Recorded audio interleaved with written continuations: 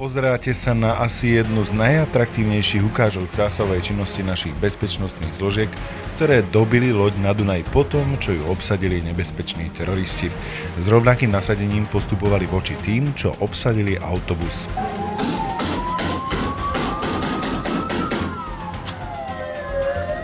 Komu sa málilo, mohol si toho na Tiršovom nábreží v rámci Dňa ozbrojených zložiek pozrieť omnoho viac. Takto si zase vedia naši vojaci poradiť s nepriateľom v boji zblízka.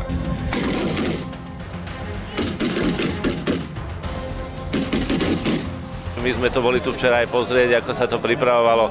Myslím si, že rodiny s deťmi budú spokojné, že je zaujímavý program a myslím si, že je to aj vhodná forma na oboznámenie mladej generácie a vôbec obyvateľov Slovenska s tým, čo robia ozbrojené zložky. Dnes pustý priestor po Petržalskom futbalovom štadióne zdobil v armáde dosluhujúci vrtuľník Mi-17. Už onedlho ho totiž nahradia americké Black Hawky.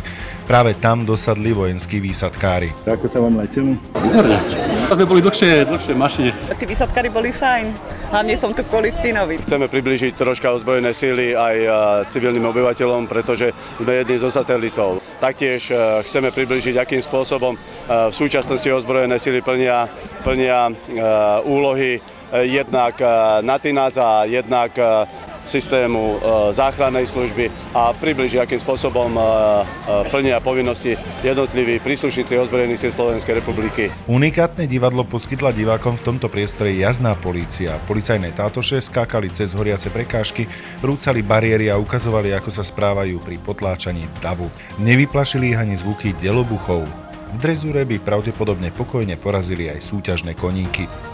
Áno, ukážky sú presne na toto určené, aby sme ukázali vlastne ľuďom, že na čo máme tie kone, na čo ich pripravujeme a ďalej na čo ich skúšame. Celý deň bezpečnostných zložiek zatraktívňovala hudba ministerstva vnútra. Večer ho zakončila triumfálnym galavečerom so známou českou kapelou Olympik. Zaváhal každý, kto podľahol nepriazni počasia. Na Tiršovom nábreží vystreľovali páni z Olympiku jeden hit za druhým.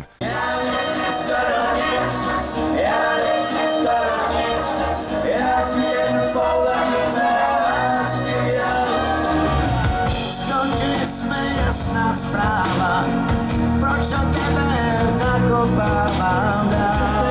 Tam na dál, když na teď vypadám, stále na fitku točí, tomu pár vrásek u očí, názory jsem málo změnil, muziku mám rád.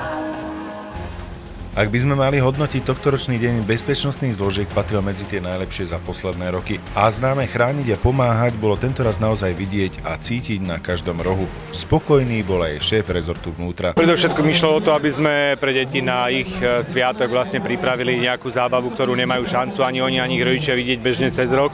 Povoziť sa na hasičských plošinách, to sú všetko veci, ktoré bežne nebývajú k dispozícii, a tak sme chceli vlastne na deň detí urobiť trošku radosť aj tým najmenším.